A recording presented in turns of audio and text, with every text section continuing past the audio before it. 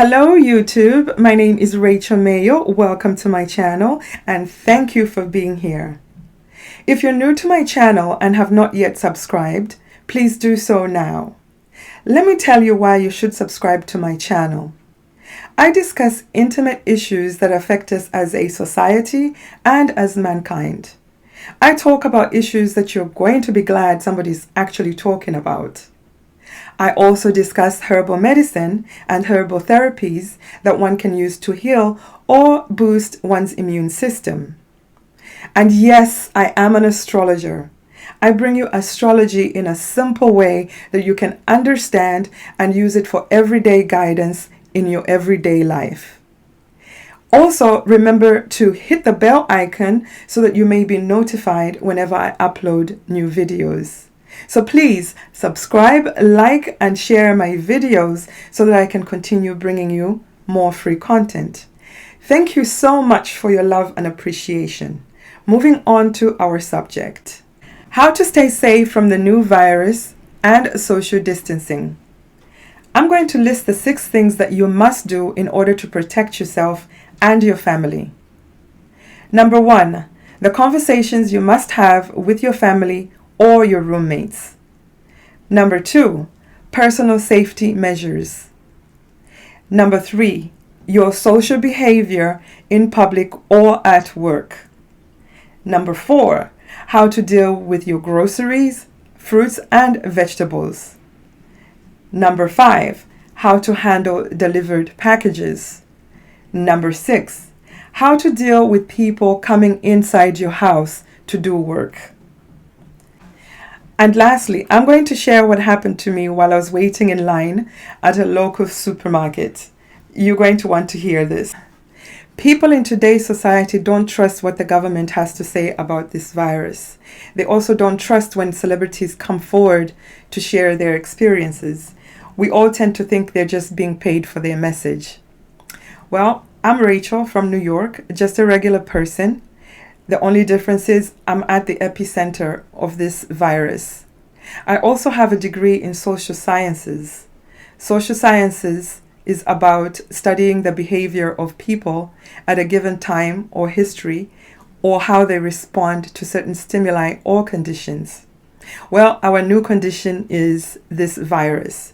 So how you behave determines if you're safe or you're not. So I'm going to discuss what I know and what I think you should all be doing to protect you and your family. We don't need to find a control group to observe the effects of this virus. We already have states that have offered themselves up by opening up businesses before they meet the required recommendations of the CDC. So let us watch and see what happens in 3 weeks. In the meantime, this is what you need to start doing. You need to sit down with your family and let them know what is going on, especially your children. You need to let them know why they have to wear a mask when in public. Just because you get tired of the stay-at-home orders doesn't mean that the virus is going to disappear. The virus is still very much around. 76,000 people died in America. Stop with the magical thinking. The virus may be invisible, but it's still very powerful. And our behavior is what determines how long this virus stays around. The virus is not deadly by itself. It just needs a host, a carrier, in order for it to incubate and be transmitted to somebody else. The conversations you need to have with your family or roommates. Educate everyone about how deadly this virus is and what the consequences of catching it are. Explain how easy it is to catch and transmit to the rest of the household. Explain to your children why you cannot hug them or kiss them when you first arrive from work. Tell them why they cannot see their grandparents or have their friends over at the house to play. Children are very delicate. They could be psychologically affected by all these changes, so spend extra time on this topic. Hopefully you get along with your roommates and can sit them down to discuss what necessary precautions they're taking in order to avoid catching this virus and what their social behavior is outside of the home. All these precautions will help protect the whole household. Your safety begins at home. Single people are lucky with this one because they only have themselves to be responsible for, and that's easy than worrying what your children are doing, what your partner is doing, or what your roommate is doing. So you only have to worry about how you behave and how you take care of yourself.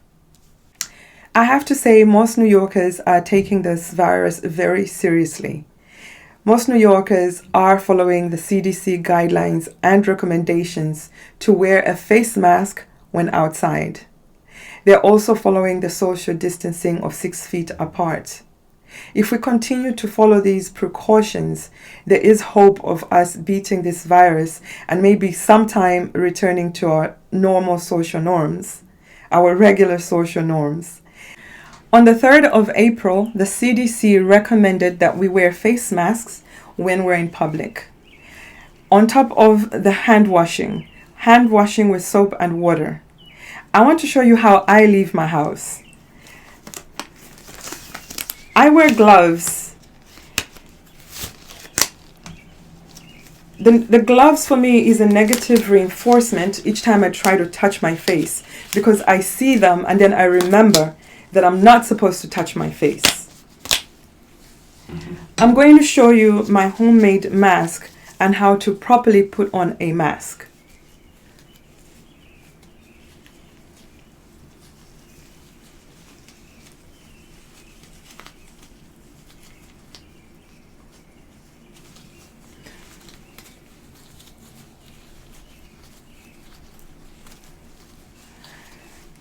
Yeah, the homemade one is a bit difficult to get behind the ears.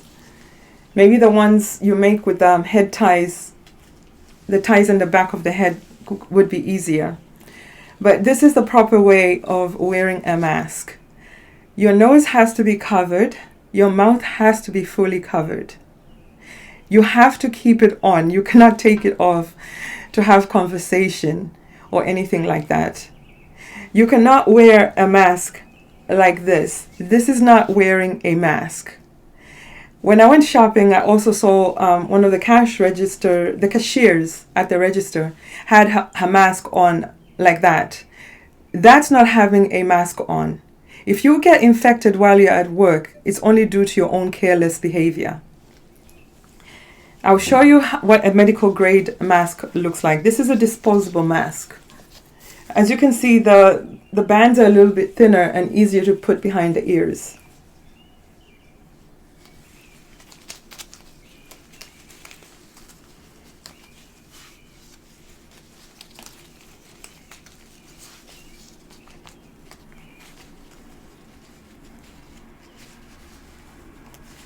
I think it's on. So that's a medical grade disposable mask. And that's the proper way of putting on a mask. Nose covered, mouth covered, and you have to keep it on the whole time that you're out. And when you get home, first thing you do is take your gloves off. Of course, wash your hands and then remove the mask from the back and dispose of it, and then wash your hands again. If you're going to take care of somebody that's ill, or if you're going to be in a situation where you can't really social distance, or if you're behind a register, I think this is the more appropriate mask. It's a plastic shield mask that will cover your whole entire face.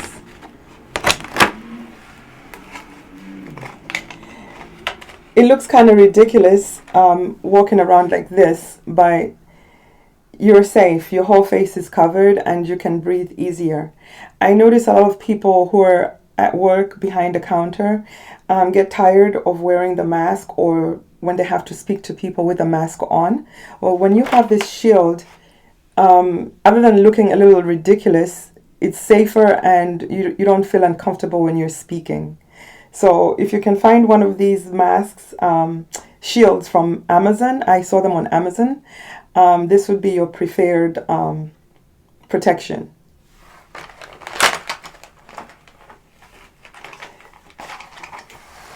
Guys, there's no need for Halloween this year. If we're all going to walk around looking ridiculous like this, we're having Halloween pretty much almost every day. This is how it pretty much looks like in the supermarket. People have crazy, crazy masks or crazy looking gas masks on. So forget Halloween this year. How to handle mail or delivered packages.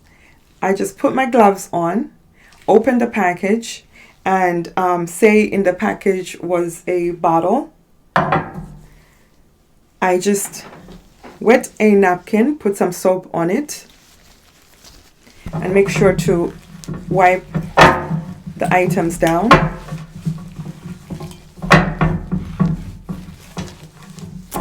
It's as simple as that.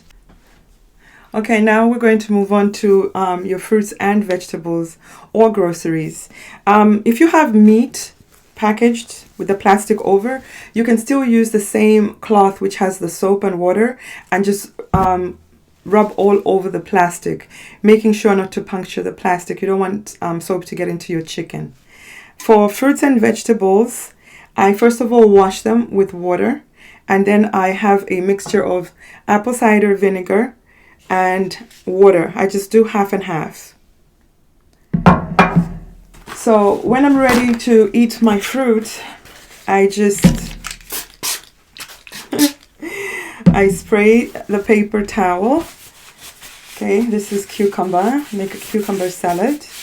Just wipe it down. I know we do peel the outer part, but still other people were touching it.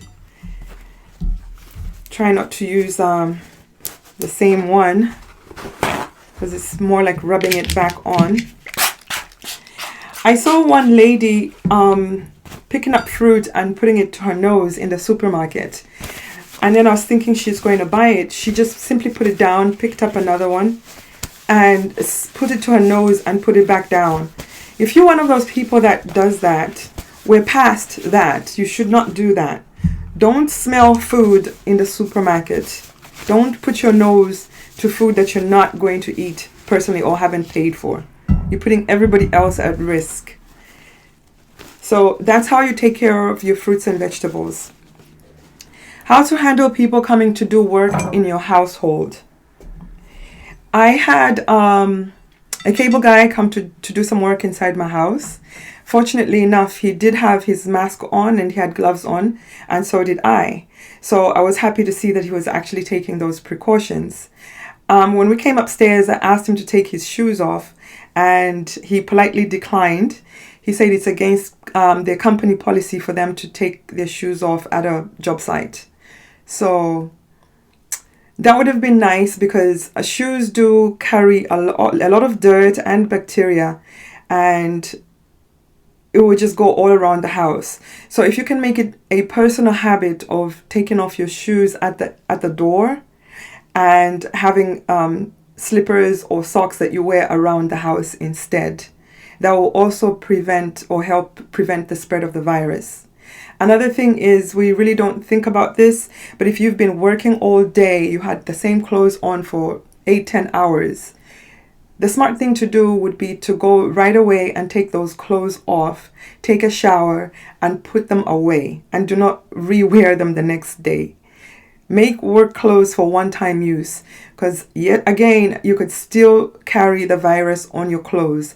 And another reason why you shouldn't hug anybody when you first get home from work is because you should always consider yourself contaminated until you've decontaminated by removing clothes that you were exposed to everybody else on the outside. It doesn't, even if you're observing social distancing, you could rub against a surface that could have had the virus sitting there. A virus is just a small microorganism that is just waiting for someone to touch it. And that's how you get, that's the transmission process. And then once it's been transmitted, then you start spreading it to everybody else. You may not even realize that you are, you've been infected. So all precautions are necessary. When you expose yourself to the outside, just always think, I have to decontaminate. I have to take everything off. I have to take a bath. I have to wash my hands. Of course, you wash your hands when you take a bath. But sometimes when we come back from work, you just want to sit down and relax in front of the TV. Those are the old days. We have to change we have to change social norms. Back to the subject of how to deal with people working in your house. When the cable guy left, all I simply did is I just went everywhere where he had stepped, and I just Lysoled everything down. I Lysoled the door, the handles, everything that he had touched. Even if he had gloves on, he didn't necessarily put on a new pair of gloves when he came into my house, which I think they should do. Put on a new pair of gloves as soon as they enter your house, because gloves doesn't mean that it's safe.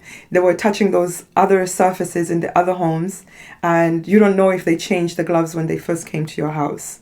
So that's another precaution you can take if it's absolutely necessary to have people in your house. Have a bottle of Lysol handy. Social behavior in public and at work.